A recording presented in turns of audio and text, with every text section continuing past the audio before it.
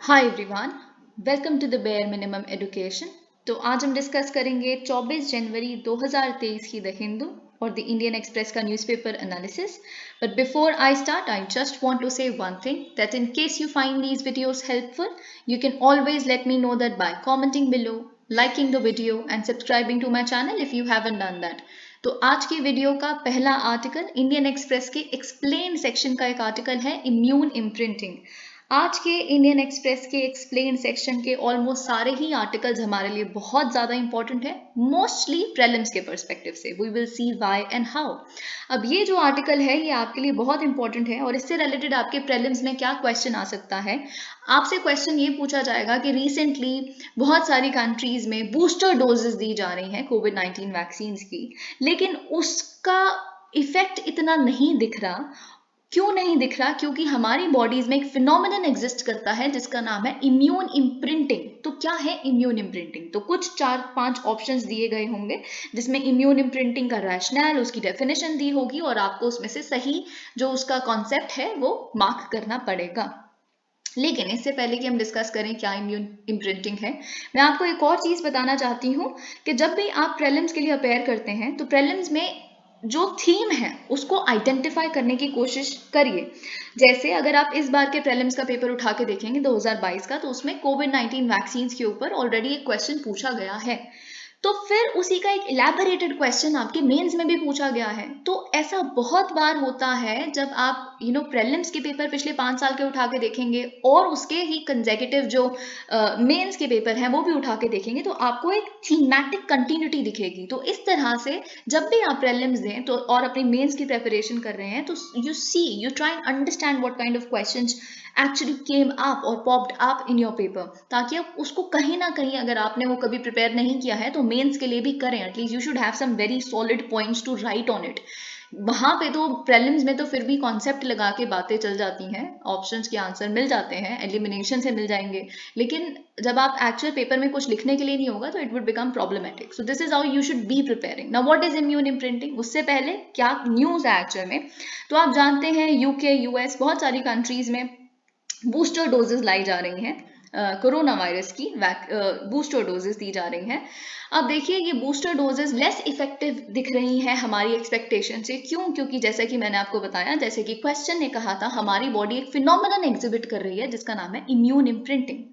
तो यहाँ पे देखिए बाइवेलेंट बूस्टर्स के बारे में बताया गया है। बाइवेलेंट बूस्टर्स क्या होता है? जो एक पर्टिकुलर स्ट्रेन के नहीं बल्कि 2 तरह के स्ट्रेन के अगेंस्ट एक्ट करे। तो यहाँ पे वो स्ट्रेन कौन से हैं? एक तो ओरिजिनल कोरोना वायरस का स्ट्रेन है और दूसरा है ओमिक्रॉन स्ट्रेन। तो यहाँ पे बेसिकली इम्यून इम्प्रिंटिंग क्या होता है उसको डिस्कस करने से पहले एक्चुअल में एग्जैक्टली हमारा इम्यून सिस्टम काम कैसे करता है। जब भी एक पर्टिकुलर स्ट्रेन ऑफ वायरस हमारी बॉडी के अंदर पहली बार एंटर करेगा तो वो हमारी बॉडी उसके रिस्पॉन्स में मेमोरी बी सेल्स प्रोड्यूस करती है। अब ये मेमोरी बी सेल्स पूरी ब्लड स्ट्रीम में हमारे सर्कुलेट कर देती है।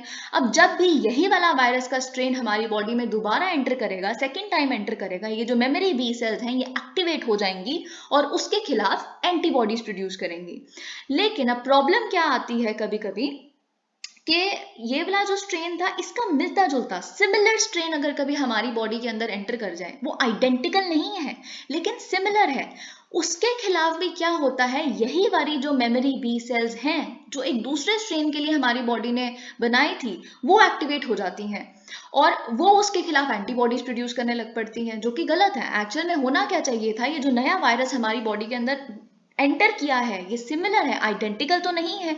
तो इसके खिलाफ आप हमारी बॉडी को new memory B cells produce करने चाहिए थे और strong memory B cells produce करने चाहिए थे ताकि उसके सेपरेट एंटीबॉडीज बने, लेकिन ऐसा नहीं होता। ओके, तो ये बेसिकली इम्यून इम्प्रिंटिंग है। इसकी ही वजह से बेसिकली जो बूस्टर डोजेज हैं वो कहीं ना कहीं काम नहीं कर रही। बूस्टर डोजेस क्या होती है? बूस्टर डोज देखिए, क्योंकि बहुत सारे और वेरिएंट्स आ रहे हैं, ओमिक्रॉन वेरिएंट आ रहा है फॉर एग्जांपल, लेकिन हमारी बॉडी को जो ओरिजिनल वैक्सीन मिली हुई है वो ओरिजिनल कोरोना वायरस स्ट्रेन के खिलाफ मिली हुई है। लेकिन ये ओरिजिनल कोरोना वायरस स्ट्रेन के खिलाफ जो बेसिकली हमारी बॉडी ने मेमोरी बी सेल्स प्रोड्यूस की होंगे, वो ये ओमिक्रॉन वाला जो बूस्टर भी हमारे अंदर एंटर करता है तो उसके खिलाफ ये एंटीबॉडीज वही वाले मेमोरी बी सेल्स प्रोड्यूस करने लग पड़ते हैं, जबकि उसे और स्ट्रॉन्ग ओमिक्रॉन वायरस के खिलाफ मेमोरी बी सेल्स प्रोड्यूस करने चाहिए, which is not happening here. तो यहाँ पे बेसिकली लिखा है कि जो पुराने वाले मेमोरी बी सेल हैं वो क्या प्रोड्यूस कर रहे हैं, cross reactive antibodies. Cross reactive antibodies के बारे में भी अगर क्वेश्चन बाय चांस आ जाए आपके प्रीलिम्स में, एक स्टेटमेंट क्रॉस रिएक्टिव एंटीबॉडी से रिलेटेड है, या फिर यही लिखा है कि इम्यून इम्प्रिंटिंग की वजह से क्रॉस रिएक्टिव एंटीबॉडीज प्रोड्यूस होती हैं जिसके वजह से इट इज लेस इफेक्टिव, तो what are cross reactive antibodies? Cross reactive antibodies का मतलब होता है कि आपके जो बेसिकली एंटीबॉडी है वो एक किसी पर्टिकुलर एंटीजन के खिलाफ बनी थी, लेकिन ये एंटीबॉडी ने किसी दूसरे एंटीजन से भी बाइंड कर लिया सक्सेसफुली, तो यहाँ पे क्रॉस रिएक्टिविटी आ जाती है। बनाई गई है किसी और पर्टिकुलर, जैसे हमने यहाँ पे देखा था वो पुराने ओरिजिनल कोरोना वायरस स्ट्रेन के लिए वो एंटीबॉडीज बननी थी, लेकिन ये सिमिलर टाइप ऑफ स्ट्रेन एक आया, आइडेंटिकल नहीं, पर उसके वहां पे भी जाके अटैच कर दिया, उसको फाइट कर दिया, पर ऑफकोर्स लेस इफेक्टिव है। तो ये बेसिकली क्रॉस रिएक्टिविटी का मतलब होता है। तो आपको यहाँ पे बस इतना ही कॉन्सेप्ट पता होना चाहिए था। अब हमें कुछ बहुत ही ज्यादा इंपॉर्टेंट डिस्कस करना है, केरलाज मैन एलिफेंट कॉन्फ्लिक्ट। यहाँ से देखिए, मैं आपको again I would tell you, आप जब भी प्रीलिम्स के लिए प्रिपेयर करते हैं तो वहां पे क्वेश्चंस रिपीट होते हैं। क्वेश्चंस अगर एज इट इज, जब भी आप क्वेश्चन देख रहे हैं, आप मॉडर्न हिस्ट्री के लिए प्रिपेयर कर रहे हैं, तो कुछ थीम्स हैं, सूरत स्प्लिट, ये सब वगैरह आप प्रिपेयर करते हैं, या फिर आप अगर मिडीवल हिस्ट्री के लिए प्रिपेयर कर रहे हैं तो कुछ थीम्स हैं, विजयनगर एम्पायर, ये सब वगैरह कुछ आप जो ज़्यादा प्रिपेयर करते हैं। वैसे ही जब आप एनवायरमेंट उठा के देखेंगे तो कुछ तरह के जो थीम्स हैं वो रिपीट हुई हैं। ऐसा नहीं है कि क्वेश्चन सेम के सेम आ जाते हैं, क्वेश्चंस भी सेम आते हैं, बट स्टिल जैसे एलिफेंट पे, एलिफेंट के बिहेवियर पे, कैसे ट्रूप में चलते हैं, विमेन लीड करती है, जेस्टेशन पीरियड, ये सब 2020 का जो क्वेश्चन पेपर है उसमें पूछा गया है प्रीलिम्स में एलिफेंट के ऊपर। तो यू नेवर नो, आपको ऐसा लगेगा कि अब कभी भी यूपीएससी एलिफेंट पे क्वेश्चन पूछेगी नहीं, लेकिन यूपीएससी डज दिस। आप पेपर उठा के देखिए, ऐसे ही पर्टिकुलर एक एक एलिमेंट एनिमल के ऊपर क्वेश्चन पूछा गया है और फिर दोबारा क्वेश्चन पूछा गया है, पर डिफरेंट क्वेश्चन। तो आपको उस पर्टिकुलर थीम को बहुत अच्छे से प्रिपेयर करना है। अब ये इंपॉर्टेंट क्यों है? क्योंकि जो रिसेंटली हम पिछले 1-2 महीने से न्यूज़पेपर्स में देख रहे हैं, उससे एक परसेप्शन जो हमारे दिमाग में बनता है वो ये है कि केरला में सबसे ज्यादा मैन एलिफेंट कॉन्फ्लिक्ट हो रहे हैं। ये हमारे दिमाग में परसेप्शन बनता है क्योंकि हम आए दिन देख रहे हैं किसी ने व्हीकल्स को खराब कर दिया, किसी ने पैडी आके डिस्ट्रॉय कर दी फील्ड्स। तो ये हम बहुत ज्यादा केरला के केस में, और जो भी हम केस स्टडीज भी डिस्कस कर रहे हैं मैन एनिमल कॉन्फ्लिक्ट की, वो केरला से ही आ रही हैं, क्योंकि वहां के जो जंपोज हैं they are disrupting the fields, they are usually termed as aggressive and all of that. क्या लेकिन ये सही है या क्या पैटर्न है मैन एलिफेंट कॉन्फ्लिक्ट का हमारी कंट्री में? देखिए, आप ये भी जानते हैं कि आई थिंक उस 2020 के क्वेश्चन पेपर में शायद एक जो पार्ट था वो ये भी था कि केरला में सबसे ज्यादा एलिफेंट पॉपुलेशन है, इस तरह का, जबकि नहीं है। तो ये सारी चीजें हमें यहाँ पे कुछ और, we will go one step beyond that, क्योंकि यहाँ पे जो इन्फॉर्मेशन है वो आपके लिए बहुत इंपॉर्टेंट है।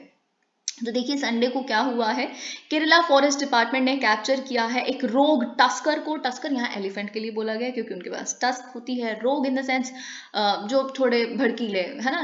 तो यहाँ पे बेसिकली इस तरह के एक एलिफेंट को कैप्चर किया गया है केरला के फॉरेस्ट डिपार्टमेंट द्वारा। क्यों? क्योंकि क्योंकि it was raiding villages in Palakkad district for over a year. और एक और बेसिकली एलिफेंट को जनवरी 9 को सिडेट किया गया, क्योंकि वो भी एक एग्रेसर थे। और बहुत सारे ऐसे केसेस आ रहे हैं जहाँ पे इन तरह के एलिफेंट्स को रोकने की कोशिश की जा रही है। यहाँ पे कुछ कुछ जंबोज के नाम भी लिखे हैं। कहीं लोग जैकफ्रूट फील्ड्स में घुस जाते हैं और जैकफ्रूट खा जाते हैं सारे। बहुत सारे लोगों की जान गई है केरला में, आप जानते हैं, ह्यूमन एनिमल कॉन्फ्लिक्ट की वजह से।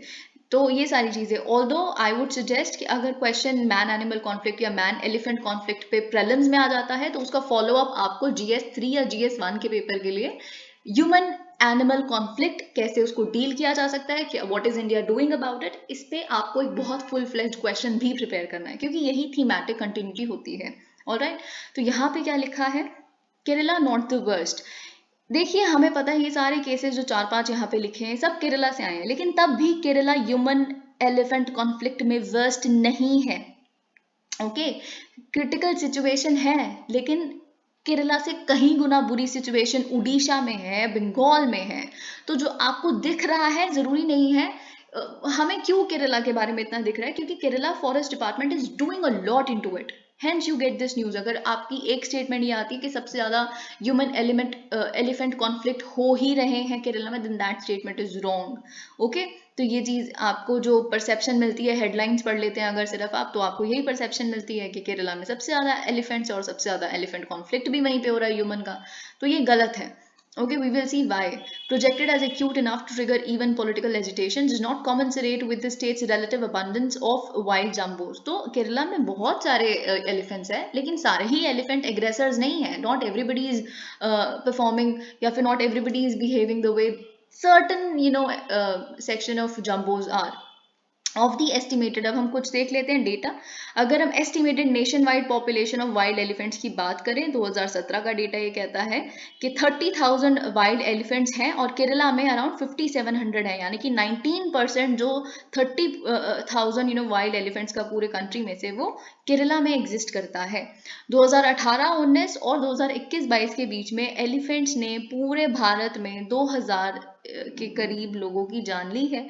ये डेटा बेसिकली सेंट्रल गवर्नमेंट का है और केरला में सिर्फ ओनली 81 ऑफ दीज डेथ्स, यानी कि 2036 में से सिर्फ 81 डेथ्स हुई हैं, यानी कि केवल 4%. आई hope you understood the magnitude of the situation कि ऑल्दो आपको सबसे ज़्यादा ह्यूमन एलिमेंट जो कॉन्फ्लिक्ट एलिफेंट कॉन्फ्लिक्ट है वो दिख रहा है कि केरला में हो रहा है, लेकिन आप खुद देखिए 2000 के करीब डेथ्स हुई हैं एलिफेंट्स ने जो कॉज की है, लेकिन उसमें से सिर्फ 81 आती है कहाँ से, केरला से, और जबकि 19% ऑफ द जो एलिफेंट पॉपुलेशन है वो केरला में है. तो I hope you are understanding the stuff. Okay तो ये चीज यहाँ पे लिखी है clearly. The conflict in Kerala is not comparable to the situation in से नॉर्थ बंगाल और उड़ीसा, जैसा कि मैंने आपको बताया.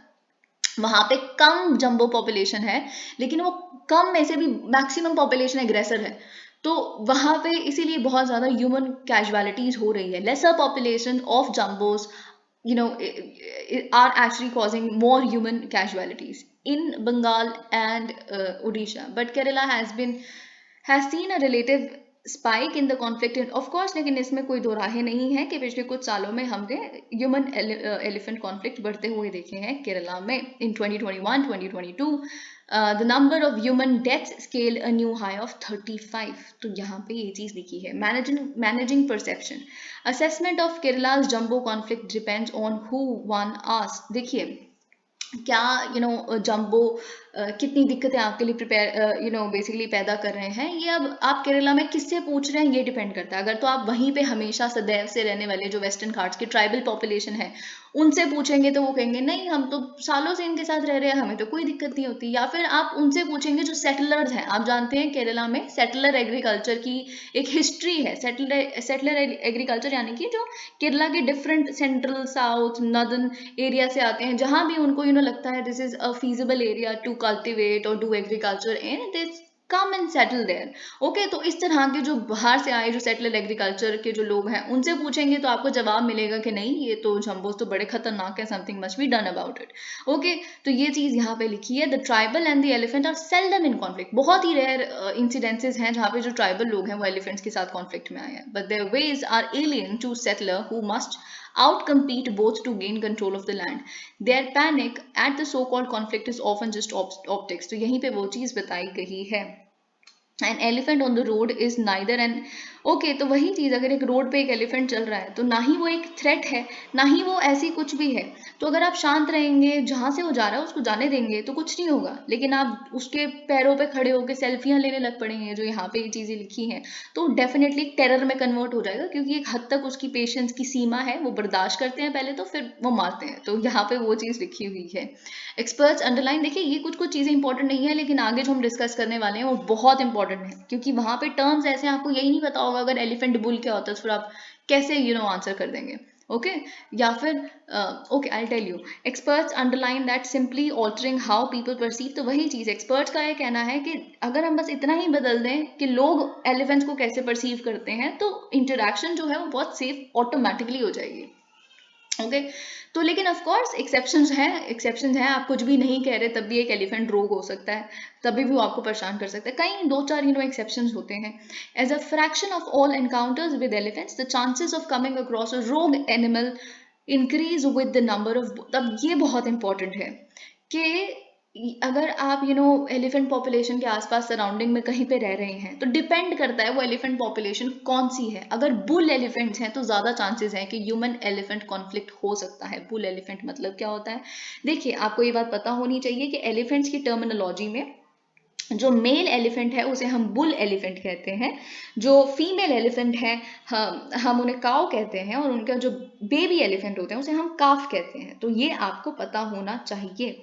ओके, तो अगर मेल जो एलिफेंट है वो ज़्यादा है तो जो कॉन्फ्लिक्ट का प्रोबेबिलिटी है वो बढ़ जाती है। अगर ये स्टेटमेंट आपके प्रीलिम्स में लिखी हो तो आपको पता होना चाहिए, क्योंकि what UPSC tends to do is, do you even know the behavioural aspects of various animals you see recently in news. Say cheetah has come up recently, तो कूनो पालपुर सेंचुरी में, तो you should be knowing about cheetah, what its behaviour is like, claws हैं, retractable claws है कि नहीं है, चीता social animal है कि नहीं है। बहुत सारी चीज़ें जो हम डिस्कस कर चुके हैं उनके बिहेवियरल एस्पेक्ट्स के बारे में वो आपको पता होना चाहिए। ठीक है, तो यहाँ पे वही चीज़ लिखी है, एलिफेंट्स हैव ट्रेडिशनली प्रेफर्ड। और क्यों बेसिकली एलिफेंट्स प्रेफर करते हैं केरला को? क्योंकि केरला के पास मॉइस्चर रिच फॉरेस्ट्स हैं। तो जब तमिलनाडु में भी जो ड्राई समर मंथ्स है या जो भी इस तरह की जो सिचुएशन है, तो वो केरला आ जाते हैं कॉरिडोर्स के माध्यम से, because they absolutely love moisture rich forest of Kerala. In recent years this concentration of wild elephant populations in Kerala has exhibited a significant number of young bulls। तो केरला में बहुत सारे young bulls आ रहे हैं, इस वजह से यहाँ पे conflict visibly दिखने लगा है। Over the last 2 decades the sex ratio in southern elephant populations, particularly those north of Palaghat Gap, has recovered from the onslaught of ivory poachers who। तो यहाँ पे बहुत इंपॉर्टेंट नहीं है कुछ भी इन दी, अब ये चीज़ बहुत इंपॉर्टेंट है, a very very important point. In the matriarchal elephant society, तो जहाँ पे बेसिकली मैट्रीलिनियल यानी कि मदर रिलेटेड जो फीमेल रिलेटेड एलिफेंट सोसाइटी है, फीमेल, तो वहाँ पे जो बुल्स होते हैं, यंग बुल्स होते हैं, तो वो अपने बेसिकली इस हर्ड को छोड़ देते हैं जैसे ही वो प्यूबर्टी अटेन करते हैं। तो जो भी आपका मम्मी का ग्रुप होगा तो आप उसको छोड़ दोगे as soon as you attain puberty. जो यंग बुल हैं यानी कि जो मेल एलिफेंट की हम बात कर रहे हैं, तो आप 14 या 16 ईयर्स के अराउंड जब आप रीच करते हैं, यू लीव योर मदर का group and join what are known as boys groups. तो आप एक कंप्लीटली बॉयज ग्रुप्स को ज्वाइन कर लोगे। ठीक है, तो फिर इनके साथ मिलके आप और ऑफ कोर्स आपको यहाँ पे बॉयज ग्रुप में लीड कौन कर रहा है? ओल्डर बुल्स, जो ओल्डर मेल एलिफेंट्स हैं। ठीक है, फिर आप इनके साथ घूमते घूमते एरियाज को एक्सप्लोर करोगे, कहाँ पे आप खाना खा सकते हो, where you can roam and all of that. Many of them must step out of Kerala's. Okay, this is not important. Tackling the rogues, तो यहाँ पे आपको ये चीज़ पता होनी चाहिए थी कि जैसे ही प्यूबर्टी अटेन करते हैं तो जो मेट्रियार्कल ग्रुप है आप उसको छोड़ के you go to the boys camp. Okay, tackling the rogues within the male social order. तो अगर हम ये भी देखें तो मेल सोशल ऑर्डर की अगर हम बात करें तो जो यंग बुल्स की ट्रेनिंग है इट कंटिन्यूज, और फिर जब आप मेच्योर, ये बहुत इंपॉर्टेंट है, जब आप मेच्योर मेल बन जाते हैं, जब आप मेच्योर मेल बन जाते हैं, मेच्योर बुल बन जाते हैं एलिफेंट्स के केस में, तो आप बेसिकली मस्ट सीक्रीट करते हैं। Must MUSTH is basically a secretion from the head. ठीक है, तो जब एक एनिमल के, एक एलिफेंट के हेड से ये सिक्रीशन होती है तो इट सिग्निफाइज कि आपके जो रिप्रोडक्टिव हॉर्मोन्स हैं इट इज बर्स्टिंग। सो वो आप कह सकते हैं देन यू बिकम मेच्योर, है ना। तो ये 1 साल में 2 से 3 महीने के लिए होता है ऐसा। ओके, तो ये आपको पता होना चाहिए, this is something you must be knowing, that makes them easily of course. और इस वजह से जो मेल एलिफेंट्स हैं वो ज़्यादा इरिटेटेड रहते हैं, एग्रेसिव हो जाते हैं, है ना। तो ये ऑफ कोर्स ज़रूरी नहीं है कि ये थ्रेट ही हो जाए। तो अगर एक स्टेटमेंट ये लिखी है कि ये जो सिक्रीशन है वो नेसेसरली थ्रेट बना देती है एलिफेंट्स को या फिर मेल एलिफेंट्स को to humans, that's not true, but it can be a factor. Okay, however a bull showing, because you are seeing or you witnessing a hormonal change during this period। okay, तो ये चीज भी आपको पता होनी चाहिए। अगर the question is all about young elephants, young mail elephants, कि क्यों वो सबसे ज्यादा बड़े थ्रेट हैं ह्यूमंस के लिए, तो एक फैक्टर अगर ये लिखा है, you should understand what the behavioral aspect of a particular male elephant is। However, a bull showing habitual aggression, लेकिन of course अगर कोई पूरे 24 घंटे या पूरे साल ही एक कोई मेल एलिफेंट है जो एग्रेशन ही एग्जिबिट कर रहा है towards people posing threat to life and property, तो फिर उनके केस में एक प्रॉम्प्ट इंटरवेंशन की ज़रूरत है। ओके, तो ये चीज़ यहाँ पे लिखी है, welfare of individual animals is valid concern but not isolating a rogue bull in time. वही इस केस में आपको बहुत ज़रूरी है, ये भी बहुत इंपॉर्टेंट है, ये भी एक स्टेटमेंट बन सकती है, क्योंकि जब एक जो एलिफेंट है वो परमानेंटली ऐसे गुस्से में ही रहता है और सबको मारता रहता है, प्रॉपर्टी डिस्टर्ब करता रहता है, तो फिर जो सपोज कीजिए उनसे छोटे वाले एलिफेंट्स हैं जो उनके ग्रुप में है मेल्स, तो वो समझेंगे कि अच्छा this is the right behaviour, इसी को हमें एम्यूलेट करना है। छोटे जो एलिफेंट्स हैं वो तो यही सोचेंगे कि हमें ऐसा ही बनना है, तो फिर सारे एग्रेसर्स बन जाएंगे। जैसे यहाँ पे लिखा है कि एक जो एलिफेंट है वो पूरे बैच को स्पॉइल कर सकता है, तो इसीलिए उस बैच में से इसे निकालना बहुत जरूरी हो जाता है कि परमानेंटली अगर कोई एग्रेशन में ही रह रहा है तो ये भी चीज आपको पता होनी चाहिए। This is a demonstration effect, right?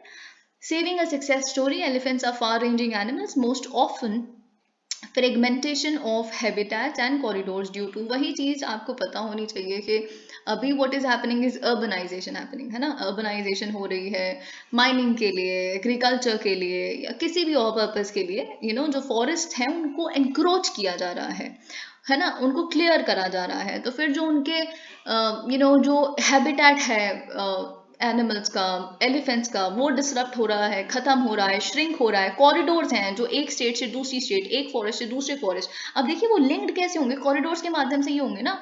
अगर नहीं लिंक है दो फॉरेस्ट और एक एलिफेंट को एक से दूसरा, सदियों से वो जाता आ रहा है वहां पे एलिफेंट, उनकी पॉपुलेशन एक फॉरेस्ट से दूसरे फॉरेस्ट, लेकिन आपने उस कॉरिडोर को कट करके वहां पे घर बना दिया, तो फिर आपके घरों से ही आगे निकल के जाएगा, और कहाँ से जाएगा?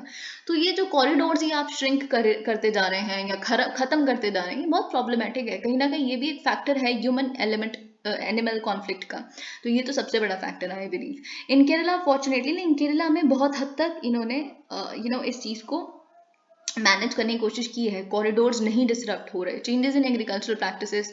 और यहाँ पे एक और बड़ी बात है, क्योंकि अगर केरला और एलिफेंट से रिलेटेड स्पेसिफिकली कोई क्वेश्चन आता है अगर प्रीलिम्स में, तो आपको ये बात पता होनी चाहिए कि जो डोमिनेंट क्रॉप्स हैं केरला में, केरला की प्लांटेशन में, जैसे कॉफी, पेपर, टी, ये है ना डोमिनेंट क्रॉप्स। जो वहाँ के एलिफेंट्स हैं, एलिफेंट्स इन पे नहीं इंटरेस्टेड इनमें बिल्कुल भी, कॉफी, टी या पेपर में। तो इनकी जो डोमिनेंट क्रॉप्स हैं उनको तो डिसरप्शन होती ही नहीं है, तो वहाँ पे एज सच एग्रीकल्चर को बहुत थ्रेटन नहीं किया जा रहा है एलिफेंट्स द्वारा केरला में। तो यूजुअली जो बेसिकली एलिफेंट्स हैं वो किस पे फीड करना या टारगेट करना प्रेफर करते हैं? पैडी है, बनाना है, टैपियोका है, अगर इस तरह के, और जैक फ्रूट मैंने अभी आपको बताया। तो these factors have contributed to the success of elephant conservation in Kerala and helped limit, वही चीज़, क्योंकि अब यहाँ पे तो एक नेचुरल चीज़ होगी, उनका इंटरेस्ट ही नहीं है टी कॉफ़ी में, तो यहाँ पे नेचुरली एक फैक्टर है सक्सेस में। अदरवाइज ओके, यहाँ पे और कुछ नहीं लिखा। Significantly Kerala recorded only 14 of 251 elephants that India lost to electrocution. तो यहाँ पे वही चीज़, इलेक्ट्रोक्यूशन की वजह से भी जो तारे हैं उसकी वजह से करंट लग के जो एलिफेंट्स की जान जाती है, उसमें से भी केरला ने बहुत कम अकाउंट किया है, 14 out of 251 elephants in the entire country between 2018-19 to 2021.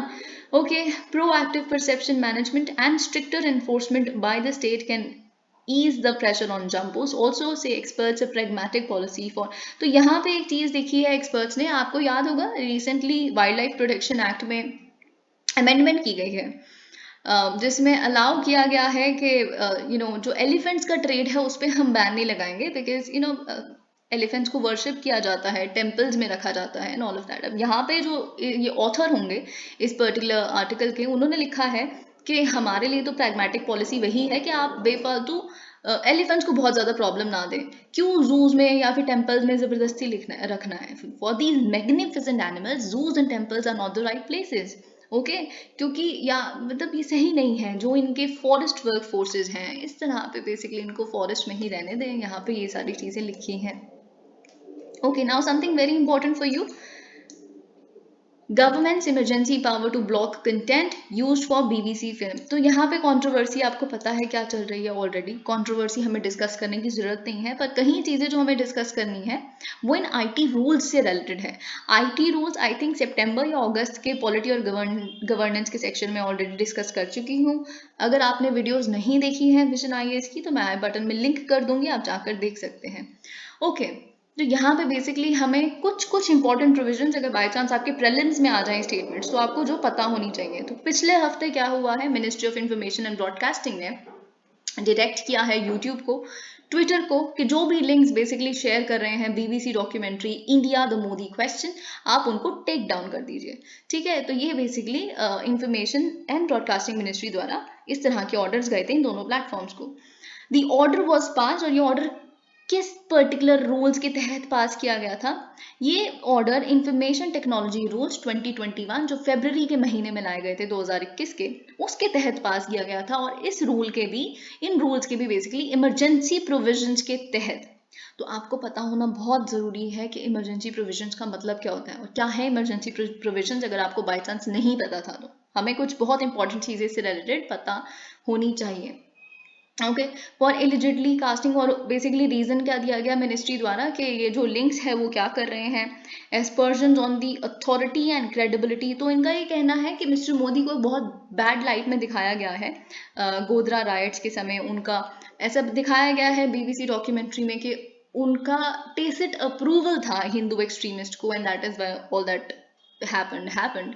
तो ये सारी चीज़ें उसमें इस तरह से डिपिक्ट किया गया है। तो हमारा सरकार का ये कहना है कि देखिए, मिस्टर मोदी को पहली बात तो Supreme court of India clean chit दे चुकी है, हर इंस्टीट्यूशन ने उनको क्लीन चिट दे दिया है, सब कुछ ठीक है, कोई एनमिटी भी नहीं है। तो कहीं ना कहीं आप सुप्रीम कोर्ट ऑफ इंडिया के खिलाफ कंटेम्प्ट है ये, है ना, कि वो सही नहीं है, वो इंस्टीट्यूशन ही सही नहीं है, वो बायस्ड है, तो उन्होंने क्लीन चिट दे दी। तो इट इज़ सॉर्ट ऑफ हमारी सुप्रीम कोर्ट ऑफ इंडिया की क्रेडिबिलिटी को क्वेश्चन करना, या फिर sowing divisions among various communities के बीच में बीज बोना एनमिटी का, making unsubstantiated allegations regarding actions of foreign governments in India। तो ये सारे रीजंस देके बेसिकली टेक डाउन करवाई गई थी लिंक्स को। लिंक्स आप जानते हैं किन किन लोगों ने शेयर की थी। Links to the film was shared by a TMC leader, an actor, senior advocate Prashant Bhushan ji, बहुत सारे इन तरह के लोगों ने। द इमरजेंसी प्रोविजंस, तो अब ये चीज़ें बहुत इंपॉर्टेंट है हमारे लिए। अंडर द आईटी रूल्स 2021, अब सुनिए ये चीज़, आईटी रूल्स 2021 के तहत जो इंफॉर्मेशन एंड ब्रॉडकास्टिंग मिनिस्ट्री है, उनके पास पावर्स होती हैं कि वो कंटेंट टेक डाउन के नोटिस को भेज सकती हैं वेरियस सोशल मीडिया इंटरमीडिएट्स के पास, जैसे यूट्यूब, ट्विटर, फेसबुक, जब भी कोई इमरजेंसी सिचुएशन हो जहां पे डीले करना एक्सेप्टेबल ही नहीं है। एक बहुत बड़ा थ्रेट पैदा हो सकता है अगर आपने डीले कर दिया इन तरह के इंफॉर्मेशन को, लिंक्स को टेक डाउन करने में। ये होती हैं इमरजेंसी प्रोविजंस। ओके, तो रूल्स कहते हैं in case of emergency nature, जो सेक्रेटरी ऑफ द मिनिस्ट्री है, यानी कि मिनिस्ट्री इन्फॉर्मेशन एंड ब्रॉडकास्टिंग के जो सेक्रेटरी हैं, तो अगर बाय चांस आपके पेपर में statement secretary of the ministry लिखा है तो वो सही है, कंफ्यूज मत हो जाना। जानबूझ के एमी लिखा होता है इस तरह के भारी भारी वर्ड्स डालने की और सोचने की, आपको लगेगा सेक्रेटरी नहीं, यार जूनियर सेक्रेटरी तो नहीं होता होगा या खुद मिनिस्टर तो नहीं होता होगा। ठीक है, तो डोंट गेट कंफ्यूज देयर। तो यहाँ पे इसलिए may if he is satisfied, अगर आप सेटिस्फाइड हैं कि necessary or expedient and justifiable for blocking for public access of any information or part thereof through any computer resource as an interim measure, such directions he may consider necessary to be identified। okay, यही सारी चीज़ें यहाँ पे लिखी है। और बहुत important चीज़ जो आपके प्रीलिम्स के एक स्टेटमेंट आ सकती है प्रीलिम्स के पर्सपेक्टिव से, जो आपने सामने वाले को एक अपॉर्चुनिटी भी नहीं देनी हियरिंग की। तो यहाँ पे बेसिकली क्या है, प्रिंसिपल्स ऑफ नेचुरल जस्टिस है वो यहाँ पे फॉलो नहीं होता। अपॉर्चुनिटी टू बी हर्ड वाली चीज़ यहाँ फॉलो नहीं होती। तो अगर बाई चांस ये लिखा है और आप डी फैक्टो आपको लगेगा नहीं यार ये तो बहुत एक्सट्रीमिस्ट प्रोविजन है, ये तो हो ही नहीं सकता, तो लेकिन वो है ना। तो यहाँ पे without giving the then person an opportunity of hearing, ये ऐसे ऑर्डर्स पास किए जा सकते हैं secretary of information and broadcasting ministry द्वारा। These emergency notices can be issued if the ministry believes that the content can impact the, वही चीज़ अब रीजन यहाँ पे दिए हैं क्यों इस तरह के इमरजेंसी नोटिस इशू किए जा सकते हैं। सॉवरेनिटी को अगर कोई चीज़ इम्पैक्ट करती है, इंटीग्रिटी को, डिफेंस को, सिक्योरिटी ऑफ इंडिया को, भारत का रिश्ता किसी और कंट्री के साथ, फ्रेंडली रिलेशंस जो हैं उसको इम्पैक्ट करता हो, अगर कोई चीज़ पब्लिक ऑर्डर को इम्पैक्ट करती है, या if you want to prevent incitement to any cognizable offence, है ना। तो अगर आपको ऐसा लगता है कि एक कॉग्निजेबल ऑफेंस क्या होता है, कोई भी ऐसा ऑफेंस जिसमें बेसिकली वारंट के बिना ही आपको अरेस्ट किया जा सकता है, मर्डर, रेप, वायलेंस किसी तरह की एक पर्टिकुलर, तो इस तरह की चीज़ों को प्रिवेंट अगर आप करना चाहते हैं तो आपको ये लिंक्स टेक डाउन करने। तो अब देखिए यहाँ पे तो सब कुछ नहीं करता है, अगर हम यहाँ पे मैच करने की कोशिश करें, है ना, तो ये फ्रेंडली रिलेशन जो बीबीसी जो इंग्लैंड है उसके साथ भी खराब हो जाएगा हमारा, तो एक ये चीज़ होगी फुलफिल। और क्या हो जाएगा कि यहाँ पे दो कम्युनिटीज़ के बीच में आप बीज बो रहे हैं एनमिटी का, तो यहाँ पे कॉग्निजेबल ऑफेंस हो सकता है, वॉयलेंस हो सकती है, तो उसको भी प्रिवेंट करने की कोशिश की जा रही है। तो ये यहाँ पे फैक्टर्स मैच हो जाते हैं। अब कितनी बार 2021 से लेकर अभी तक जब ये रूल्स आए हैं, इसको बेसिकली यूज किया गया है इन इमरजेंसी प्रोविजंस को, तो यहाँ पे लिखा है कम से कम 7 बार। मोस्ट प्रोमिनेंटली यूट्यूब के लिए यहाँ पे इशू किया गया है, तो आप जानते हैं, है ना। तो और साथ ही में हमें कैसे पता है कि 7 बार कम से कम ऐसे इंस्टेंसेस हुए हैं, क्योंकि मिनिस्ट्री ने प्रेस रिलीजेस के माध्यम से इस एक्शन के बारे में कन्वे किया है सबको। तो यहाँ पे एक चीज़ जैसे लिखी है, 20 चैनल्स जो थे यूट्यूब के, 2 वेबसाइट्स जहाँ पे एंटी इंडिया प्रोपेगेंडा चलाया जा रहा था, फेक न्यूज़ चलाई जा रही थी, तो कहीं ना कहीं ये पाकिस्तान से लिंक्ड थे। और ये सारी चीज़ें यहाँ पे लिखी है। कई न्यूज़ेस थी जो राम मंदिर के ऊपर, इंडियन आर्मी के ऊपर, कश्मीर के मुद्दे पे, जनरल बिपिन रावत जी के खिलाफ बहुत सारी, तो इस तरह इसलिए 20 चैनल्स को यहाँ पे टेक डाउन किया गया था, और एक खालिस्तानी इशू की वजह से टेक डाउन। तो यहाँ पे 7 इंस्टेंसेस लिखे हुए हैं। अब यहाँ पे हमारे लिए ये इंपॉर्टेंट है, अब जब आपको ब्लॉक कर दिया गया है ना, तो फिर आप क्या कर सकते हो। वैसे तो ये आईटी रूल्स हैं, ये भी बहुत इंपॉर्टेंट है आपके लिए। आईटी रूल्स आपको भी एक मौका देते हैं, अगर आपको कोई कंटेंट टेक डाउन किया गया है या कुछ भी ऐसी दिक्कत है, तो आपको रिकोर्स का ऑप्शन मिलता है। पर ऑफ कोर्स ये सिर्फ तब मिल सकता है जब आपका जो कंटेंट टेक डाउन किया गया है वो खुद सोशल मीडिया कंपनी ने किया हो, यानी कि फेसबुक ने किया हो, यूट्यूब ने किया हो, या ट्विटर ने किया हो। लेकिन इस केस में तो ऐसा हुआ ही नहीं, है ना। तो यहाँ पे लिखा है, for instance if a platform has on its own taken down your content, the user can approach the grievance officer. अगर आपकी सोशल मीडिया कंपनी ने आपका कंटेंट टेक डाउन किया है, तो आप उनके ग्रीवेंस ऑफिसर से बातचीत कीजिए। तो you raise a dispute there, और आपको बेसिकली रिड्रेसल मिल जाएगा 15 दिन के अंदर अंदर, ये बात आपको पता है। लेकिन अगर एक प्लेटफॉर्म ने आपके कंटेंट को टेक डाउन किया है on the basis of the emergency provision, जो बेसिकली सरकार ने आपको ऑर्डर भेजा है, तो आपके पास कोई डायरेक्ट रिकोर्स नहीं है। लेकिन ऑफ कोर्स ऑप्शन तो रहता ही है हमेशा आपके पास कोर्ट जाने का, तो आप कोर्ट्स को अप्रोच कर सकते हो। लेकिन ऑफ कोर्स यहाँ पे कोर्ट्स में भी जाने पे बहुत बड़ी दिक्कत है। क्यों? क्योंकि सरकार तो आपको कभी बताएगी नहीं ना कि एग्जैक्टली आपका कंटेंट क्यों टेक डाउन किया गया है, क्योंकि जो सिक्योरिटी का, सोवरेनिटी का ये जो मुद्दे हैं, ये कॉन्फिडेंशियल मुद्दे हैं। तो कोर्ट में भी आपको कोई रिलीफ मिलेगा, ये ऑलमोस्ट नेक्स्ट टू इम्पॉसिबल है। तो वही चीज़ यहाँ पे लिखी है। लेकिन कुछ प्लेटफॉर्म्स ऐसे हैं जैसे ट्विटर, तो जब भी आपका वो कंटेंट टेक डाउन करेंगे अगर सरकार की रिक्वेस्ट पे, तो आपको बताएंगे कि हमने सरकार की रिक्वेस्ट पे आपका कंटेंट यहाँ से हटाया है, या टेक डाउन किया है, या ब्लॉक किया है। तो बस इतना ही आपको यहाँ पे पता चल सकता है, there is nothing much here. Okay, तो आपको इमरजेंसी प्रोविजंस के बारे में पता होना चाहिए था, क्या रिकोर्स आप ले सकते हैं, कौन सा रिकोर्स का ऑप्शन है, कौन सा नहीं। ये कुछ चीज़ें थी जो आपको पता होनी चाहिए थी। अब आप जानते हैं कि हमें अभी मेंस्ट्रुअल लीव के बारे में पता चला था कि केरला के चीफ मिनिस्टर ने जनवरी 19 को क्या कहा है कि सोशल मीडिया पे कि state government will grant menstrual leave for female students, जो भी स्टेट यूनिवर्सिटीज़ हैं जो डिपार्टमेंट ऑफ हायर एजुकेशन के अंडर आती हैं, उसमें फीमेल स्टूडेंट्स के लिए और इनफैक्ट फीमेल टीचर स्टाफ के लिए भी उन्होंने बोला था कि मेंस्ट्रुअल लीव मिलेगी। व्हेन द गर्ल्स और the women are menstruating, they would get a leave then. अब देखिए, मैंने आपको तब भी कहा था, ऑल्दो ये एक अच्छा स्टेप है, पर इसके बहुत सारे नेगेटिव इफेक्ट भी होंगे। इसमें एक बहुत बड़ी डिबेट छिड़ सकती है। So if you preparing for your interview, तो आपसे इंटरव्यू में इस तरह के क्वेश्चंस पूछे जा सकते हैं।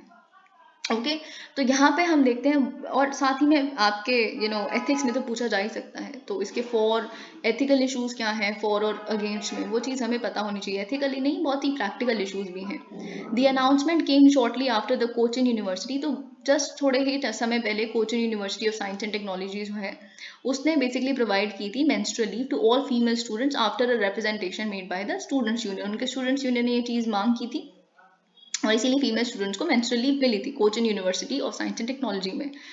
तो विजयन ने डिस्क्राइब किया है, पिनाराई विजयन जी ने, चीफ मिनिस्टर ने,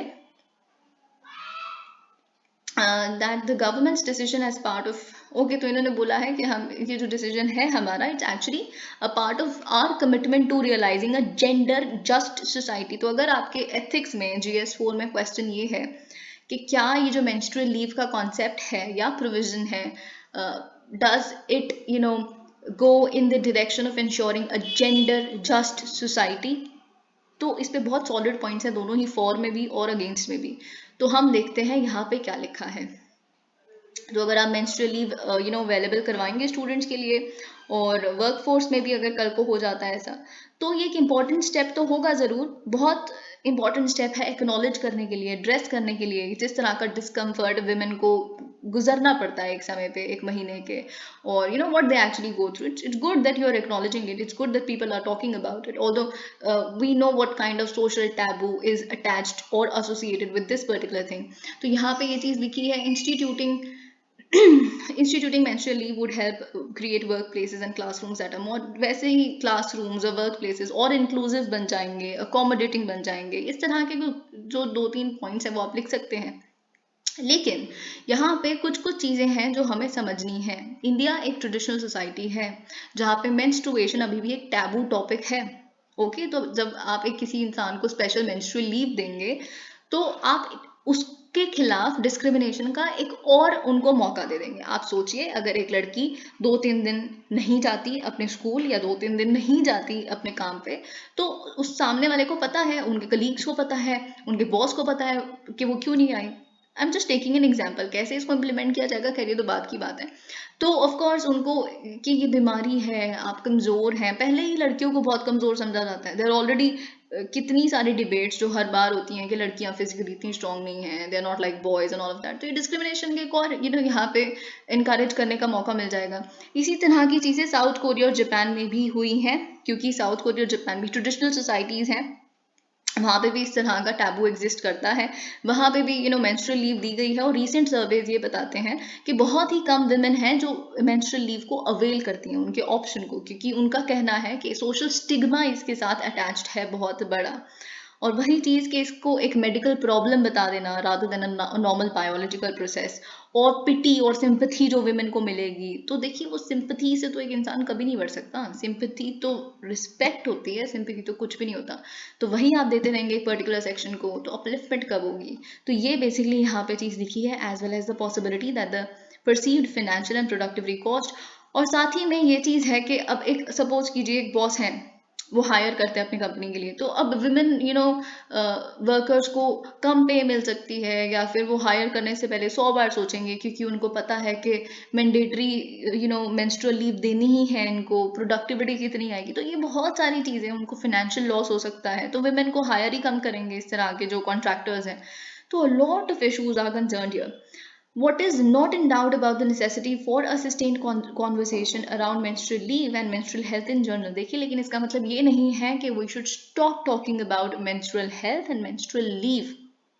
Of course, it is just a beginning. Things तो अभी एक hypothetical level पे है, हमें पता भी नहीं है कैसे exactly चीज़ें होंगी, so we must be discussing stuff. Okay, there are some encouraging signs that the government have recognized it. In 1992 Bihar ने introduce किया था menstrual leave for working women, और फिर Ministry of Health and Family Welfare ने menstrual hygiene scheme को implement किया था 2011 में पहली बार।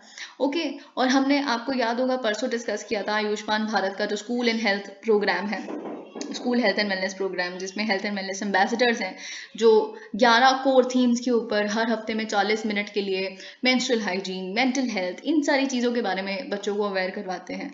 ठीक है, तो ये सारी चीज़ें जो सरकार इज़ डूइंग इनफ। ओके, लेकिन अब यहाँ पे कुछ है जो चीज़ अच्छी नहीं है, एक थोड़ा सा नेगेटिव फैक्टर, जो मेंस्ट्रुएशन बेनिफिट्स बिल था जो पहली बार इंट्रोड्यूस किया गया था पार्लियामेंट में 2017 में, और फिर उसके बाद एक अरुणाचल प्रदेश असेंबली में भी 2022 में मेंस्ट्रुएशन बेनिफिट्स बिल, तो इसको विड्रॉ कर लिया गया था अरुणाचल प्रदेश असेंबली में से। अभी पार्लियामेंट का तो हमें नहीं पता कि कहाँ पहुँचा कहाँ नहीं, वहाँ पे डिजोल्व होगी असेंबली, तो पार्लियामेंट, तो उसके बाद कुछ हुआ नहीं, बट अरुणाचल प्रदेश असेंबली में से विड्रॉ क्यों कर लिया गया था?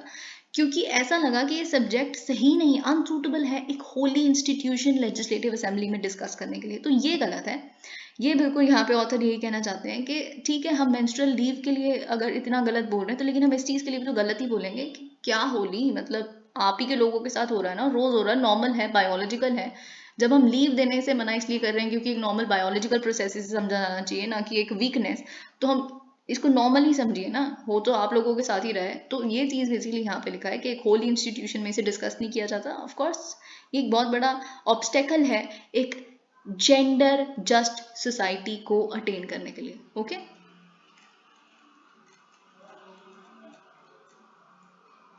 अब यहाँ पे ये बहुत ही ज़्यादा इंपॉर्टेंट, आपको याद होगा ये चीज़, मुझे नहीं पता, वो एक बहुत इंपॉर्टेंट वीडियो थी। I seriously do not know उसको पुश क्यों नहीं किया गया। मुझे सच में नहीं पता how how this platform actually works, क्या है ये जिस तरह की डिस्कशंस हम डेली बेसिस पे कर रहे हैं, वो एक वाइडर पॉपुलेशन, एक वाइडर बेस तक पहुंचनी चाहिए। और मुझे पता है कि आप लोग, बहुत लोग सजेस्ट करते हैं you should be making particular topic पे videos. I can do that but I don't want to do that, you know why.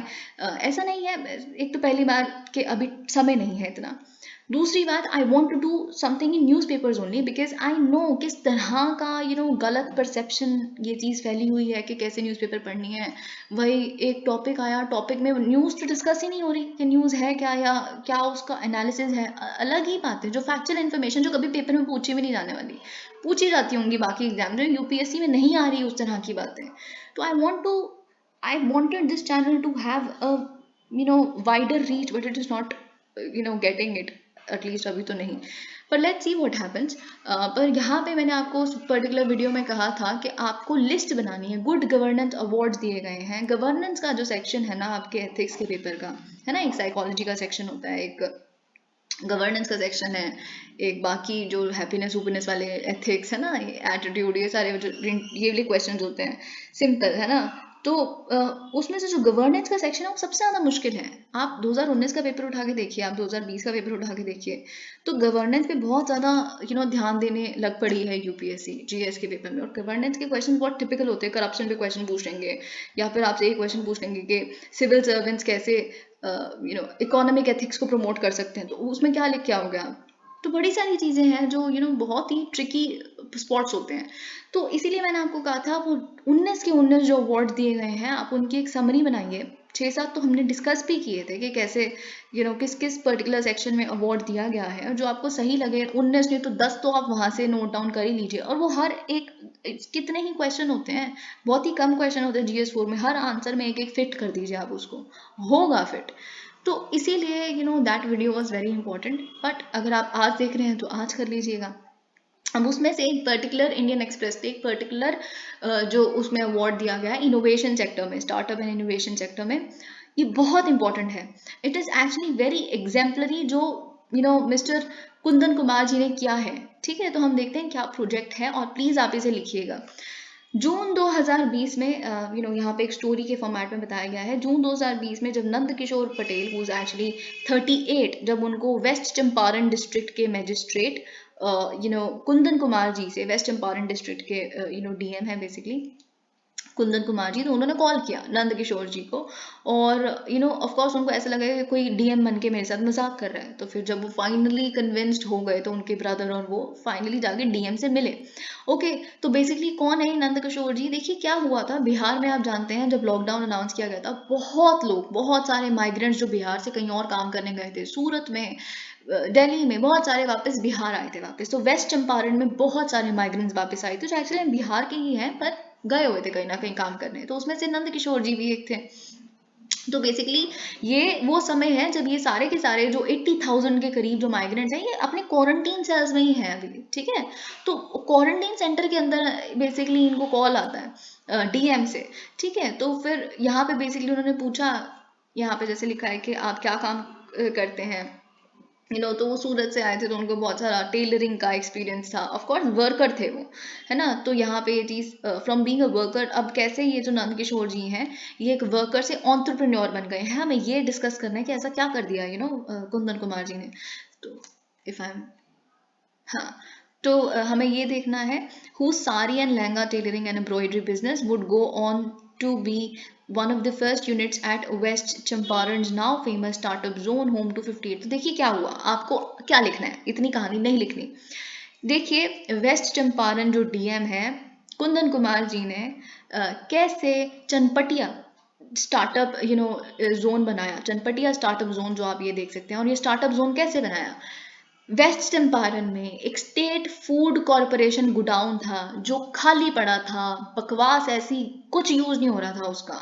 ऐसी ही तो बिल्डिंग्स को आपको प्रोडक्टिव बनाना होता है। तो इन्होंने क्या किया, इतना बड़ा एरिया था, इसके अंदर इन्होंने यू नो थोड़ा सा प्लाईवुड का पार्टीशन कर करके 58 यूनिट्स खोल दिए इस स्टार्टअप जोन में, इतने बड़े गोडाउन में। ठीक है, तो उनमें से एक नंद किशोर जी भी एक बेनिफिशियरी हैं इस चीज के। तो कैसे एक महज वर्कर 18-20 हजार कमाने वाले इंसान से वो आज लाखों का बिजनेस कर रहे हैं, मलेशिया में उनके लहंगे जाते हैं, दुबई में लहंगे जाते हैं। सो और ये सिर्फ और सिर्फ 2 सालों में ही पॉसिबल हो पाया है, 2-2.5 सालों में।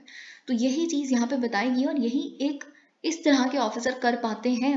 तो देखिए यहाँ पे लिखा है, आप प्लीज मेंशन कीजिए चनपटिया के स्टार्टअप जोन को। It is the brain child of district magistrate Kundan Kumar ji, who is among the 19 winners of the Indian Express excellence in governance awards. Okay, तो यहाँ पे ये चीज लिखी है और इनको स्टार्टअप एंड इनोवेशन सेक्टर में मिला है अवार्ड। तो आप इस चीज़ के बारे में लिख सकते हैं कि कैसे उन्होंने स्टेट फूड कॉर्पोरेशन गोडाउन को इतना बड़ा स्टार्टअप जोन में कन्वर्ट कर दिया। तो यहाँ पे वही सारी चीज़ें बताएगी। तो सबसे पहले क्या हुआ कि वही चीज़, आप जब भी एक केस स्टडी भी है ना, तो उसमें आप यही कीजिए कि आप पहले क्या करें, अगर सपोज कीजिए यही केस स्टडी आ गई, क्योंकि इतना इलेबोरेटेड फॉर्मेट में इसे एक्सप्लेन किया गया है। तो अगर यही केस स्टडी आ गई कि आप डीएम हैं, अभी रिसेंटली क्वारंटीन में बहुत सारे लोग हैं और आपको कहीं ना कहीं पता चलता है कि इसमें से कई लोग स्किल्ड भी हैं, ऑल्दो लेबरर्स हैं बहुत सारे, पर स्किल्ड भी हैं। तो आप क्या कर सकते हैं, तो फिर आप कहेंगे कि पहले मैं क्या करूँगा, पहले इन सारे जितने भी 80,000 के करीब जो क्वारंटीन सेंटर्स में लोग आए हैं, यूजुअल धारणा क्या है कि बिहार से सारे लेबरर्स गए थे, लेकिन नहीं, इसमें तो जब हमने स्किल मैपिंग एक्सरसाइज की तो हमें पता चला कि a lot of skilled people are also there. वो गए तो यहाँ से अनस्किल्ड ही थे, पर वहाँ पे उन्होंने स्किल सेट अटेन कर लिया बहुत जगहों पे जाके काम करके, प्रैक्टिकल हैंड एक्सपीरियंस जो उन्हें मिला। तो इसीलिए पहले आपने स्किल मैपिंग एक्सरसाइज की। Okay, once the district administration has mapped the skills, आपने एक बारी मैप्ड कर लिया स्किल्स को, फिर आइडेंटिफाई कर लिया कि कौन से इसमें से पोटेंशियल एंटरप्रेन्योर्स हैं। तो फिर आपने क्या किया, एक एक को जो आपको लगा ये पोटेंशियल एंटरप्रेन्योर्स बन सकते हैं, आपने अप्रोच किया डीएम ने और उनके साथ सारे प्लान्स को डिस्कस किया। उसमें से जैसे नंद किशोर जी ने बताया कि देखिए हमें कम से कम 25 लाख रुपए का लोन चाहिए होगा, क्योंकि अगर हम एक साड़ी लहंगा मैन्युफैक्चरिंग यूनिट खोलना चाहते हैं तो स्विंग मशीन है वही 17 लाख की आती है। तो उनको कैसे लोन्स दिलवाने हैं, उनसे प्लान पूछ के, क्या हो, आपको तो नहीं पता ना, आपको हर चीज तो नहीं पता हो सकती कि आप आईएएस ऑफिसर बन गए तो आपको सब कुछ ही पता है ना। तो उनका क्या नीड है, क्या रिक्वायरमेंट है, कैसे उसको प्रोवाइड करवाना है, जगह कहाँ है, कितना मैप करना है, क्या बनाना है, स्टार्टअप जोन बनाना है।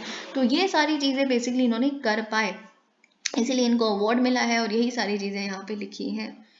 Okay, DM Kumar began bye tapping small, और फिर जैसे मार्केट की प्रॉब्लम आई, ठीक है, अब आपने स्किल कर लिया, उनको लोन दिलवा के उनका यूनिट भी एस्टैब्लिश कर लिया, 58 यूनिट्स बन गए, है ना। तो फिर बेसिकली मार्केट को बेसिकली एक चैलेंज था, मार्केट क्या है। तो फिर छोटे छोटे जो शॉपकीपर्स हैं उनको उन्होंने एक गुड प्रॉफिट मार्जिन का आश्वासन दिया कि आपको मिलेगा। फिर इन लोगों से उनको सप्लाई करवा के बेसिकली मार्केट हो। फिर हमें धीरे धीरे पता चला कि मॉरिशस से, मलेशिया से, यहाँ से भी आप बेसिकली इनको एक्सपोर्ट कर सकते हैं, तो एक्सपोर्ट भी शुरू हुआ। इसमें से एक यूनिट ऐसा है, यूजुअली सारे लहंगे और यूनिफॉर्म्स की यूनिट्स हैं, पर एक है जो स्वच्छ भारत प्रोग्राम जो चल रहा है डिस्ट्रिक्ट के अंदर, उसी के लिए डस्टबिन यहाँ से यूज होते हैं।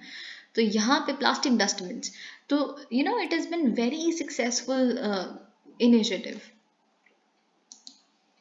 Okay, WEF agrees to make changes in criteria for gender gap reports. Now this is very essential, क्योंकि वर्ल्ड इकोनॉमिक फोरम ने बोला है कि भारत के कहने पे अब हम जो विमेन की पार्टिसिपेशन है पंचायती लेवल पर, यानी ग्रास रूट्स लेवल पर, हम उसको भी काउंट करेंगे। देखिए भारत के साथ बहुत सारे जो इंडेक्स हैं, बहुत सारे, उसमें एक थोड़ा सा बायस होता है भारत के साथ, क्योंकि हमारी सोसाइटी अलग है बहुत। यहाँ पे अब देखिए जो जेंडर गैप रिपोर्ट होती है तो उसमें पॉलिटिकल पार्टिसिपेशन एक पैरामीटर तो है, लेकिन पॉलिटिकल पार्टिसिपेशन में आप केवल गिनते हैं कि कितने एमपीज हैं, कितनी विमेन या कितनी मिनिस्टर्स बनी है कैबिनेट में। लेकिन आप पंचायती राज देखिए ना, यहाँ पे हमने रिजर्वेशन दी है 33% विमेन को, और कितने सरपंच हैं और एग्जाम्पलरी काम कर रही हैं।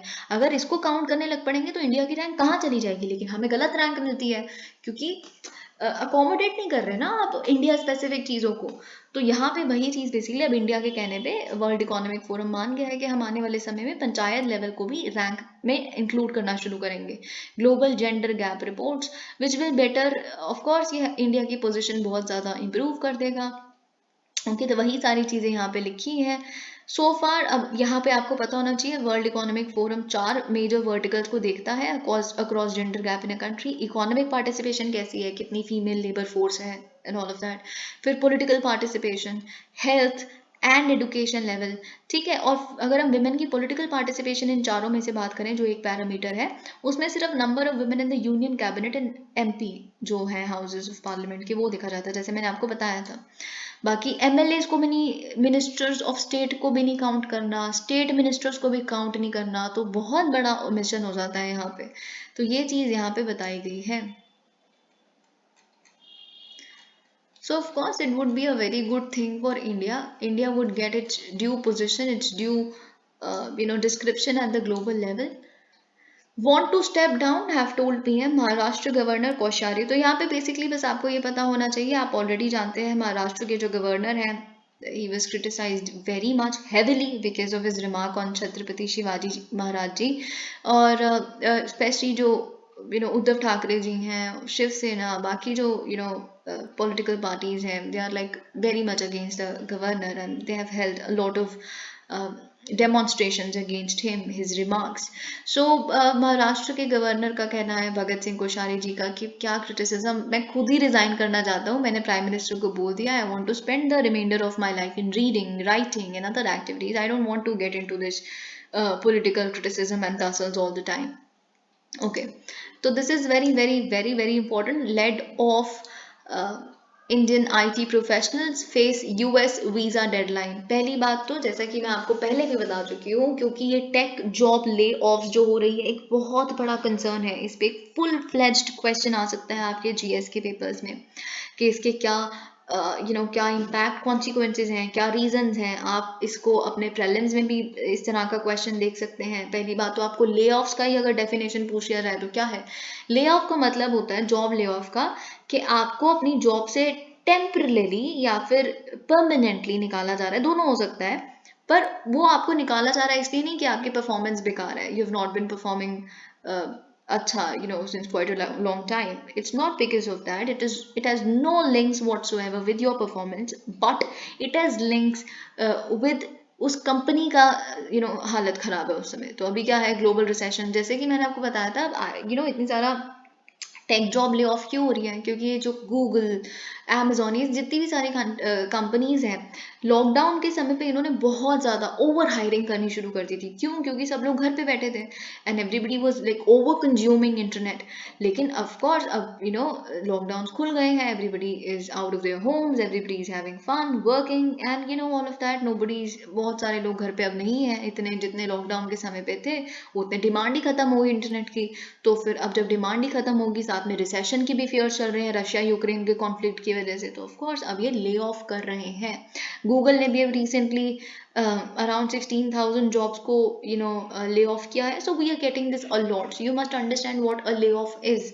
फिर उसके रीजंस भी जैसे मैंने आपको बता दिए, ग्लोबल रिसेशन, इन्फ्लेशन देखिए अब कहाँ जा रही है, साथ ही में रशिया यूक्रेन कॉन्फ्लिक्ट लिखा हो तो वो भी सही है, क्योंकि वो एक इनडायरेक्ट इम्पैक्ट वही है। फिर उसके बाद आपको पता होना चाहिए कि लॉकडाउन खुल गया है, so the demand has gone down, so इस तरह के रीजंस आपको पता होने चाहिए। लेकिन जो एक और चीज़ आपसे पूछी जा सकती है वो बहुत इंपॉर्टेंट है प्रीलिम्स के पर्सपेक्टिव से, कुछ वीज़ाज के बारे में जो आपको पता होना चाहिए। हम वीज़ाज के बारे में ट्रंप के समय से ही बहुत सुन रहे हैं, this visa that visa, because he was sort of against India and China, because he believed that Indians and Chinese are eating up Americans' jobs. So he was sort of anti-India and China as far as these job sector is concerned. So visas sort of बहुत ज़्यादा news में है, तो आपको visas पता होने चाहिए. Okay, thousands of Indian IT professionals in the US who lost their jobs following a series of layoffs at companies such as Google, Microsoft, Facebook and Amazon are now struggling. अब देखिए, अब वो work visa पे गए हुए हैं, अब कुछ ही समय, किसी के पास 60 दिन बचे हैं, जिसके अंदर अंदर उनको नई जॉब ढूंढनी है, नई एम्प्लॉयमेंट कैसे ढूंढ पाएंगे? आप खुद सोचिए, बहुत डिफिकल्ट हो रहा है वहाँ पे लोगों के लिए। ओके, तो यही चीज़ यहाँ पे लिखी है। एज पर सम यहाँ पे देखिए नियरली 2 लाख IT वर्कर्स को निकाला गया है सिंस नवंबर, और उसमें से 30 to 40% इंडियंस हैं, और इसमें से भी a significant number of whom are H1B and L1 visas. तो पहले बात तो H1B वीजा क्या होता है, जो आपके लिए बहुत इंपॉर्टेंट है। दोनों ही नॉन इमिग्रेंट वीजाज हैं। पहली बात तो H1B वीजा क्या है, एक नॉन इमिग्रेंट वीजा है जिसमें US कंपनीज को अलाउ किया जाता है कि आप फॉरेन वर्कर्स को एम्प्लॉय कर सकते हैं एक स्पेशल ऑक्यूपेशन के लिए, किसी थियोरेटिकल नॉलेज के लिए, किसी टेक्निकल एक्सपर्टीज के लिए, जो आपके यहाँ पे नहीं है बेसिकली, है ना। तो H1B वीज़ा के तहत बेसिकली आप इस तरह के फॉरेन वर्कर्स को जिनको एक्सपर्टीज है कोई टेक्निकल थियोरेटिकल, उनको आप हायर कर सकते हैं। Technological companies depend upon it to hire tens of thousands of employees each year from countries such as India and China. अब हम देखते हैं H1B वीज़ा हमने देख लिया, टेक्निकल एक्सपर्टीज के लिए फॉरेन वर्कर्स को अलाउ करने के लिए बेसिकली यहाँ पे कहा गया है। L1A एंड L1B वीजाज क्या होते हैं, they are available for temporary intra company transferees who work in managerial positions और हैव स्पेशलाइज्ड नॉलेज। मतलब एक ही कंपनी है, फॉर एग्जांपल गूगल सिर्फ वही तो नहीं है ना, गूगल यहाँ पे भी है। तो इंट्रा कंपनी ट्रांसफर, गूगल कहाँ का यहाँ से बेसिकली कहाँ आपको बेसिकली पोस्टिंग मिल गई आपको, US में मिल गई, ठीक है, भारत से। तो वो थी इंट्रा कंपनी ट्रांसफर के लिए L1B और L1A और L1B वीजाज का काम आता है। A significantly large number of Indian IT professionals who are non-immigrant work visas such as H1B and L1 are now scrambling for options। जैसा कि मैंने आपको बताया, there of course बहुत कम समय है उनके पास, और it is almost next to impossible कि इतनी जल्दी उनको जॉब्स मिल जाए।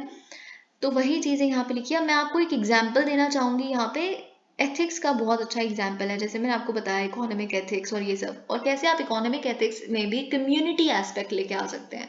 तो वहाँ पे जो global Indian technology professionals association है, जिसे हम गिटप्रो कहते हैं, और जो foundation for India and Indian diaspora studies है, फीड्स, उन्होंने लॉन्च किया है कम्युनिटी वाइड एफर्ट को। अब ये लोग जो बेसिकली जिनको ले ऑफ करा जा रहा है, इन IT प्रोफेशनल्स को कनेक्ट किया जा रहा है जॉब सीकर्स को जॉब्स रेफरर्स के साथ या इन्फॉर्मर्स के साथ। जब भी कोई जॉब निकलेगी, वैकेंसी निकली या कहीं पे किसी पर्टिकुलर कंपनी को जॉब चाहिए, तो जॉब सीकर्स को बेसिकली हायरर्स के साथ सॉर्ट ऑफ कनेक्ट किया जा रहा है। इनकी इतनी बड़ी एसोसिएशंस होती हैं, ये इनका नेटवर्क है, रीच है, और साथ ही में ये लोग हैं, they are also working for with the policy makers and decision makers, वहाँ के जो MLAs MPs वगैरह है, for of US citizenship and immigration services, इससे रिलेटेड बेसिकली। तो ये आप एक एग्जाम्पल लिख सकते हैं how the things work here. Okay, judges don't face polls, but people are assessing them. Now, this we are getting almost every day. Every day we are, hearing something about the Supreme Court collegium and the, law ministry talking something about the collegium. Every day, this has become an everyday affair. तो यहाँ पे basically वही चीज़ है कि किरण रिजिजू जी ने कहा है कि अब लोगों को लगने लग पड़ा है कि हमारे बीच में महाभारत छिड़ गई है गवर्नमेंट और जुडिशरी के बीच में। ऐसा कुछ भी नहीं है, we are in constant touch, we are discussing छोटे से बड़े इशू हर एक को। पर हाँ, बात ये है कि मेरे को बोला चीफ जस्टिस ऑफ इंडिया ने, मिस्टर रिजिजू कहते हैं कि आप प्लीज़, जो ऑनलाइन टारगेटिंग हो रही है जजेस की, वो सही नहीं है सोशल मीडिया प्लेटफॉर्म्स की, उसे आप चेक कीजिए। तो मिस्टर रिजिजू का कहना है कि मैंने ठीक है इस सजेशन को लिया और मैंने इस पर काम करना शुरू किया, लेकिन जब इतने मास स्केल पे जजेस की क्रिटिसिज्म हो रही है तो फिर मैं क्या कर सकता हूँ। तो यहाँ पे उन्होंने बोला है कि जनता ही आपके खिलाफ है, वो आप में ओपेसिटी देखती है। तो आप चाहे आपको इलेक्शन नहीं होते, आपके 5 साल बाद आपको हराया नहीं जा सकता, लेकिन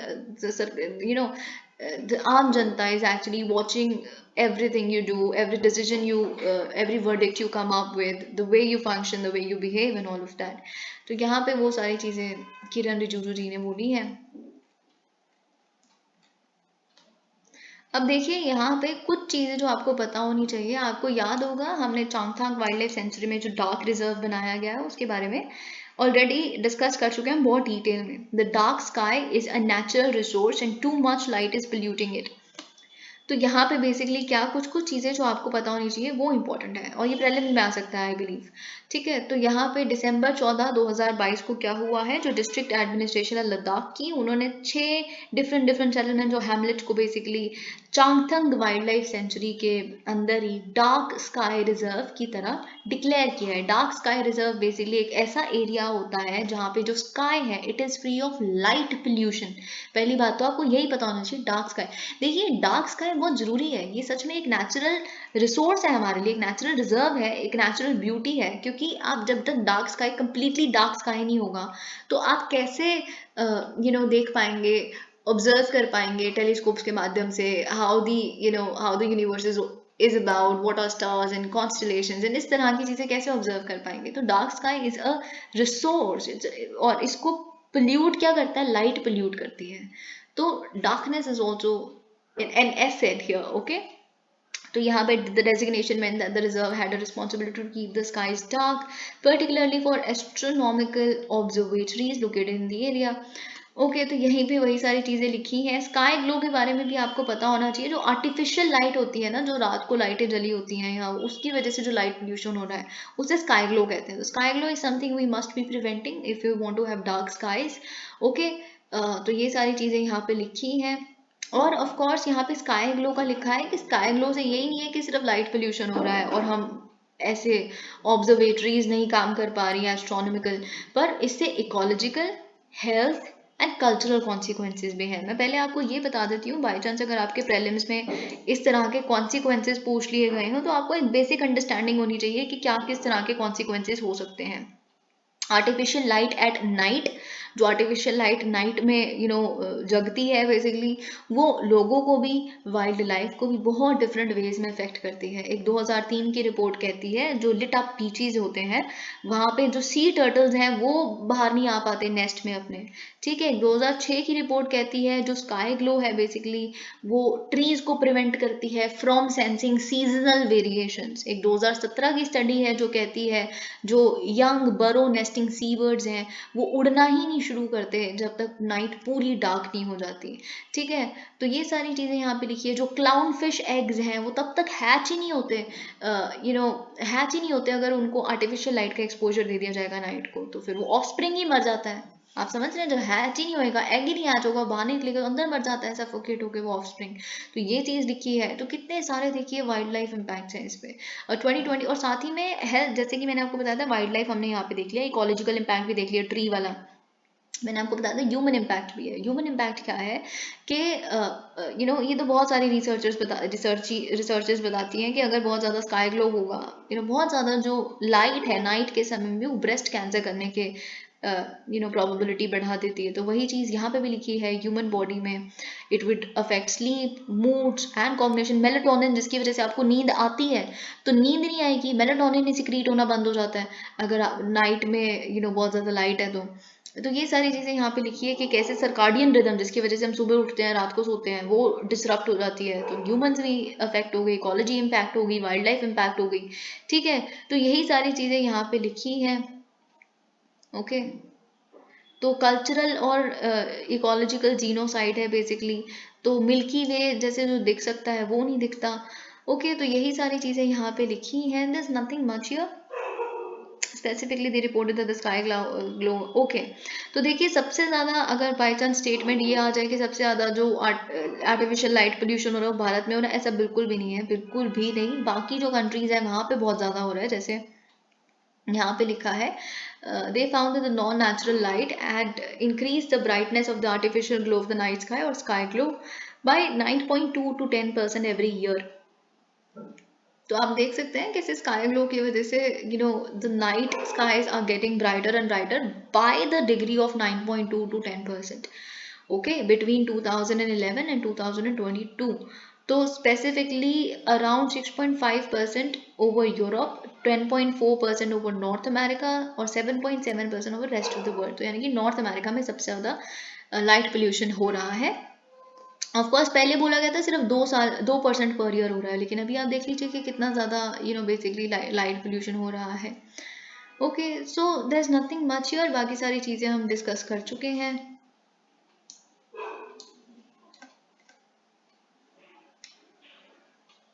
जी हाँ, यहाँ पे और बहुत कुछ नहीं है। आपको चांगथांग वाइल्ड लाइफ सेंचुरी के बारे में, कि वहाँ पे डार्क स्काई रिजर्व्स हैं, 6 हैमलेट्स को वहाँ पे बनाया गया है। What does dark sky reserve mean, इस तरह की चीज़ें पता होनी चाहिए। Assam to book men marrying girls below 14 years under POCSO Act। तो बेसिकली असम की सरकार से ये डिसीजन आया है कि क्योंकि असम में बेसिकली क्या है कि जो मैरिज हो रही है कम उम्र में, वो नेशनल एवरेज से भी ज़्यादा परसेंटेज पे हो रही है। यानी कि average of 31.8% of girls in Assam get married at the prohibited age, यानी कि 18 साल से पहले ही 31.8% जो असम की बच्चियां हैं उनकी शादी हो जाती है। ठीक है। और 11.7% of them become mothers before adulthood. तो नेशनल एवरेज क्या है, नेशनली अगर हम देखें 23.3% है जो 18 साल से कम उम्र में जिनकी शादी हो रही है, और यहाँ पे 31.8%। यहाँ पे नेशनली 6.8% ऐसी फीमेल्स हैं जो एक बच्चे को जन्म दे देती हैं बिफोर अटेनिंग अडल्टहुड। यहाँ पे 11.7% है। तो of course Assam would have to do something about it. Assam में जो स्थिति है वो काफ़ी गंभीर है। तो इसीलिए सरकार ने कहा है असम की कि हम क्या करेंगे, अगर 14 साल से कम उम्र का कम उम्र में किसी भी लड़की के साथ कोई एक लड़का शादी करता है तो उसको उम्र कैद की सजा होगी। क्यों, पॉक्सो के तहत। पॉक्सो में बेसिकली मिस्टर जो हेमंत बिस्वा शर्मा जी हैं, उन्होंने कहा है कि पॉक्सो का कहना ये है कि 14 साल से पहले तो आप, अगर आपकी वाइफ भी है, अगर आप उसे छूते भी हैं तो आपको उम्र कैद हो सकती है। तो बेसिकली हम पॉक्सो एक्ट के तहत इन्हें दर्ज करेंगे। और 14 से 18 साल के बीच में अगर ऐसी कोई शादी होती है तो prohibition of child marriage act के तहत 2006 का, उसके अंडर बुक करेंगे, जिसमें मिनिमम सेंटेंस 2 साल का होता है। तो इसीलिए ये चीज़ आपको पता होनी चाहिए। ओके, जैसे कि हमने देखा था कि it would be very important कि क्या स्टेप सरकार लेती है, क्या इन्वेस्टिगेशन होती है। जो रेसलर चार्जेस लगे हैं ब्रिजभूषण जी के ऊपर, तो वही चीज़, Mary Kom led panel to probe wrestlers charges. तो यहाँ पे क्या हुआ है, union sports minister Anurag Thakur ji ने मंडे को अनाउंस किया है कि एक पैनल बनाया जा रहा है जो इन्वेस्टिगेट करेगा जो भी चार्जेस लेवल किए गए हैं against this BJP MP, 6 time MP from Uttar Pradesh. तो इनके खिलाफ एक पैनल बनाया गया है इन जो भी इन्वेस्टिगेशन करनी है। तो इनमें बेसिकली जो 6 time world champion and Olympic medallist boxer है एमसी मैरी कॉम, ये इनको लीड करेंगी। Okay, will head a government appointed 5 member oversight committee. तो बाकी मेंबर्स भी सारे, देखिए क्या है, ये आप उसके स्टडी की, जो मैथ्स की स्टडी की बात कर रहे हो, तो आप उसमें ये लिखेंगे कि कैसे जो विमेन रेसलर्स हैं जो धरने पे बैठी थी, उनको कॉन्फिडेंस कैसे आएगा कि जो इन्वेस्टिगेशन ऑफ फेयर है, जब उसमें कोई गवर्नमेंट इंटरफेरेंस ना हो। यानी कि एमएलए एमपी को ही अगर आपने बिठा दिया फॉर एग्जांपल इन्वेस्टिगेट भी करने के लिए, तो उनको कॉन्फिडेंस नहीं आएगा, फेयरनेस ऑफ इन्वेस्टिगेशन नहीं उनको ट्रस्ट हो पाएगी कि है। तो यहाँ पे सरकार ने क्या करने की कोशिश की है कि सारे ही ऑलमोस्ट स्पोर्ट्स पर्सन है, जैसे Olympic medallist wrestler Yogeshwar Dutt, well known shuttler Tripti Murgunde, basically ये इन सारे लोगों को सरकार ने इसमें रखने की कोशिश की है इस पैनल में, ताकि उसका क्रेडिबिलिटी बनी रहे। और ये इन्वेस्टिगेट करेंगे जैसा कि मैंने आपको बताया। और तब तक बेसिकली यही कमेटी है जो will carry out Wrestling Federation of India day to day work. तो ये सारी चीज़ें यहाँ पे लिखी है। अब मैरी कॉम जो इंडियन ओलंपिक एसोसिएशन ने एक कमेटी बनाई है उसको भी हेड कर रही है, 7 मेंबर कमेटी, यही बेसिकली एलिगेशंस को देखने के लिए। तो यही सारी चीज़ें यहाँ पे लिखी हैं। अब देखिए यहाँ पे लास्ट पेज में कुछ रह गया है जो बहुत इंपॉर्टेंट है। Japan PM Kishida prioritises military build up and reversal of low birth rate. तो यहाँ पे जापान के पीएम फूमियो किशिदा जी ने कहा है कि देखिए, हमने अपनी जो सिक्योरिटी स्ट्रैटेजी नई हम लेके आए हैं, वो इसीलिए लेके आए हैं क्योंकि जिस तरह के स्थिति में अब है, सेकेंड वर्ल्ड वॉर के बाद पहली बार इस तरह की गंभीर स्थिति में हम एग्जिस्ट कर रहे हैं, जहाँ पे चाइना एक एग्रेसर स्टेट जो है वो हमारे ऊपर कभी भी कुछ भी कर सकती है, क्योंकि उनके पास न्यूक्लियर वेपन्स भी हैं। तो ऑफ कोर्स हमें ये एक इमरजेंसी सिचुएशन है, we can not sit on our hands, we will have to do something about protecting our population, our people, so we are doing it. और साथ ही में एक और जो बहुत ही इमरजेंसी सिचुएशन है जापान के लिए, वो ये है कि हमारे जो बर्थ रेट्स कम होते जा रहे हैं, we are witnessing an older population and ageing population. तो ये बहुत बड़ी दिक्कत है। तो इसीलिए उन्होंने इंसेंटिवाइज भी करना शुरू कर दिया है कि यंग पॉपुलेशन को मॉनेटरी कॉम्पनसेशन देगी। तो ये सारी चीज़ें हम बेसिकली देख रहे हैं, क्योंकि नेशनल स्ट्रेंथ के लिए इन्होंने बोला है कि एक यंग पॉपुलेशन की बहुत ज़्यादा ज़रूरत है। तो इसीलिए यहाँ पे यही सारी बातें की गई हैं।